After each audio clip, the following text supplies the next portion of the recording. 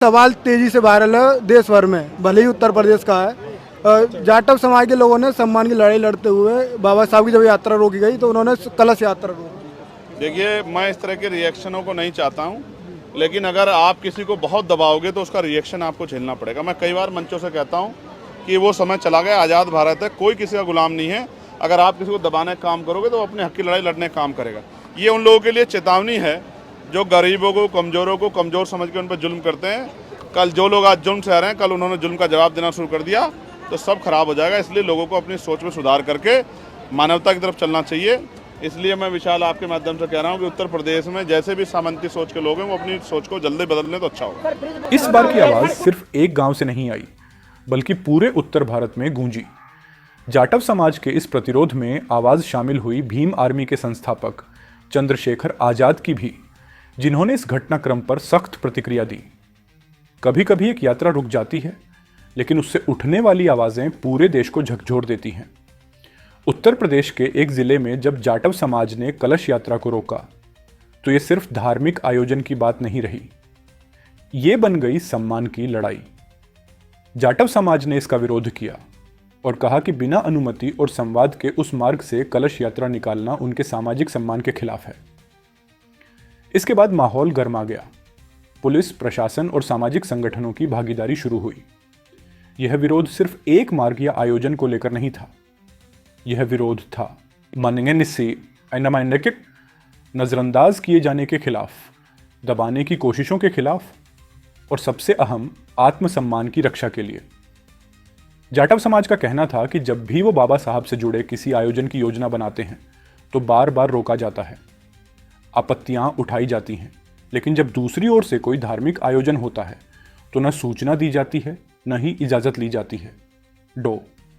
अंबेडकर सिर्फ एक संविधान निर्माता नहीं थे, वे बहुजन समाज के आत्मसम्मान के प्रतीक हैं। और जब उनकी पूजा, प्रतिमा या यात्रा को रोका जाता है तो समाज इसे सिर्फ रोकथाम नहीं बल्कि अपमान के रूप में देखता है।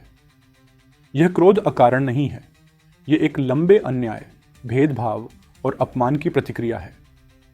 बाबा साहब का नाम जहां जुड़ता है वहां बहुजन समाज अपनी अस्मिता का स्वर देखता है। स्थानीय प्रशासन की भूमिका भी सवालों के घेरे में है। कई बहुजन संगठनों का आरोप है कि पुलिस ने पहले तो टाल मटोल किया और बाद में सवर्ण समूह की बातें अधिक गंभीरता से लीं। विरोध के दौरान जाटव समाज के कुछ युवाओं को हिरासत में लिया गया, जबकि असली विवाद की जड़ पर कोई कड़ी कार्रवाई नहीं हुई। यही कारण है कि जाटव समाज के लोगों ने साफ तौर पर कहा, हम शांति चाहते हैं, लेकिन अगर हमारे आत्मसम्मान से कोई खेलेगा तो हम चुप नहीं बैठेंगे। घटना के बाद सोशल मीडिया पर कई वीडियो क्लिप्स वायरल हुए। एक वक्ता का बयान तेजी से फैला। देखिए, मैं इस तरह के रिएक्शन नहीं चाहता, लेकिन अगर आप किसी को बहुत दबाओगे तो उसका रिएक्शन आपको झेलना पड़ेगा। वो समय चला गया, आजाद भारत है, कोई किसी का गुलाम नहीं है। अगर आप किसी को दबाने का काम करोगे तो वो अपने हक की लड़ाई जरूर लड़ेगा। यह बयान उन लाखों लोगों की भावना को आवाज देता है जो रोजाना सामाजिक भेदभाव और सम्मानहीनता से जूझते हैं। भीम आर्मी के प्रमुख और आजाद समाज पार्टी के नेता चंद्रशेखर आजाद ने भी इस मुद्दे पर तीखी प्रतिक्रिया दी। उन्होंने कहा, हम किसी की पूजा या धार्मिक आयोजन के खिलाफ नहीं हैं, लेकिन जब बहुजन समाज की सभाओं और प्रतीकों को बार बार निशाना बनाया जाता है तो यह सीधा हमला हमारी अस्मिता पर होता है। यदि प्रशासन निष्पक्ष नहीं रहेगा तो हम चुप नहीं बैठेंगे। ये सम्मान की लड़ाई है और हम पीछे नहीं हटेंगे। उनका यह बयान वायरल हुआ और कई बहुजन संगठनों और युवाओं ने इसे समर्थन भी दिया। चंद्रशेखर आजाद का स्पष्ट संदेश था, अब कोई भी बहुजन समाज को कमजोर या चुप समझने की भूल न करे। ऐसे संघर्ष नए नहीं हैं। भारत के इतिहास में कई बार सामाजिक आयोजनों, मंदिर प्रवेश, शादी ब्याह की बारातों में रास्ता रोकने जैसे टकराव हुए हैं, जिनकी जड़ जातिगत व्यवस्था में है। लेकिन हर बार एक बात साफ होती है, दबाए गए समाज ने जब भी खड़ा होना सीखा, बदलाव आया। और आज का बहुजन समाज चुप नहीं, संगठित हो रहा है। पहले ऐसी घटनाएं सिर्फ गांव या जिले तक सीमित रहती थीं, लेकिन आज सोशल मीडिया ने आवाज को देश भर में फैला दिया है। फेसबुक, ट्विटर, इंस्टाग्राम, यूट्यूब पर लोग इस मुद्दे पर बोल रहे हैं, लिख रहे हैं और सच्चाई को सामने ला रहे हैं। जाटव समाज के युवा अब सिर्फ सड़कों पर नहीं, डिजिटल मैदान में भी लड़ रहे हैं। ये नई लड़ाई है, कैमरे और कंटेंट के जरिए। अगर समाज में इस तरह की घटनाएं बार बार होंगी तो हालात बिगड़ सकते हैं। ज़रूरत है संवाद की, सम्मान की और बराबरी की सोच की। राजनीतिक दलों, सामाजिक संगठनों और प्रशासन को मिलकर यह समझना होगा कि बहुजन समाज अब जाग चुका है, और अगर दबाव, अन्याय और भेदभाव जारी रहा तो प्रतिक्रियाएं सिर्फ विरोध तक सीमित नहीं रहेंगी। यह आग अगर फैली तो व्यवस्था को हिला सकती है। इस वीडियो का उद्देश्य किसी धर्म, जाति या समाज को नीचा दिखाना नहीं, बल्कि उस सच्चाई को सामने लाना है जिसे बार बार दबाया जाता है। जिन्हें आप कमज़ोर समझते हैं वो आज संगठित होकर अपने सम्मान की लड़ाई लड़ रहे हैं। और याद रखिए, जब इतिहास दोहराया जाता है तो वो या तो गर्व दिलाता है या चेतावनी देता है। आप किस तरफ खड़े हैं ये आज तय होगा। अगर आप इस आवाज़ के साथ हैं तो वीडियो को लाइक करें, शेयर करें और कमेंट करें। सम्मान के लिए लड़ाई ज़रूरी है। चैनल को सब्सक्राइब करें, क्योंकि हम लाते रहेंगे ऐसी आवाज़ें जिन्हें कोई सुनना नहीं चाहता, लेकिन जो सबसे ज़्यादा ज़रूरी है।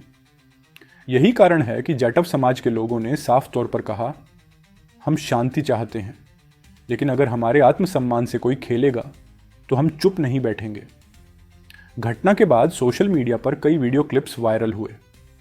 एक वक्ता का बयान तेजी से फैला, देखिए, मैं इस तरह के रिएक्शन नहीं चाहता, लेकिन अगर आप किसी को बहुत दबाओगे तो उसका रिएक्शन आपको झेलना पड़ेगा। वो समय चला गया। आज़ाद भारत है, कोई किसी का गुलाम नहीं है। अगर आप किसी को दबाने का काम करोगे तो वो अपने हक की लड़ाई जरूर लड़ेगा। यह बयान उन लाखों लोगों की भावना को आवाज देता है जो रोजाना सामाजिक भेदभाव और सम्मानहीनता से जूझते हैं। भीम आर्मी के प्रमुख और आजाद समाज पार्टी के नेता चंद्रशेखर आजाद ने भी इस मुद्दे पर तीखी प्रतिक्रिया दी। उन्होंने कहा, हम किसी की पूजा या धार्मिक आयोजन के खिलाफ नहीं हैं, लेकिन जब बहुजन समाज की सभाओं और प्रतीकों को बार बार निशाना बनाया जाता है तो यह सीधा हमला हमारी अस्मिता पर होता है। यदि प्रशासन निष्पक्ष नहीं रहेगा तो हम चुप नहीं बैठेंगे। ये सम्मान की लड़ाई है और हम पीछे नहीं हटेंगे। उनका यह बयान वायरल हुआ और कई बहुजन संगठनों और युवाओं ने इसे समर्थन भी दिया। चंद्रशेखर आजाद का स्पष्ट संदेश था, अब कोई भी बहुजन समाज को कमजोर या चुप समझने की भूल न करे। ऐसे संघर्ष नए नहीं हैं। भारत के इतिहास में कई बार सामाजिक आयोजनों, मंदिर प्रवेश, शादी ब्याह की बारातों में रास्ता रोकने जैसे टकराव हुए हैं, जिनकी जड़ जातिगत व्यवस्था में है। लेकिन हर बार एक बात साफ होती है, दबाए गए समाज ने जब भी खड़ा होना सीखा, बदलाव आया। और आज का बहुजन समाज चुप नहीं, संगठित हो रहा है। पहले ऐसी घटनाएं सिर्फ गांव या जिले तक सीमित रहती थीं, लेकिन आज सोशल मीडिया ने आवाज़ को देश भर में फैला दिया है। फेसबुक, ट्विटर, इंस्टाग्राम, यूट्यूब पर लोग इस मुद्दे पर बोल रहे हैं, लिख रहे हैं और सच्चाई को सामने ला रहे हैं। जाटव समाज के युवा अब सिर्फ सड़कों पर नहीं, डिजिटल मैदान में भी लड़ रहे हैं। ये नई लड़ाई है, कैमरे और कंटेंट के जरिए। अगर समाज में इस तरह की घटनाएं बार बार होंगी तो हालात बिगड़ सकते हैं। ज़रूरत है संवाद की, सम्मान की और बराबरी की सोच की।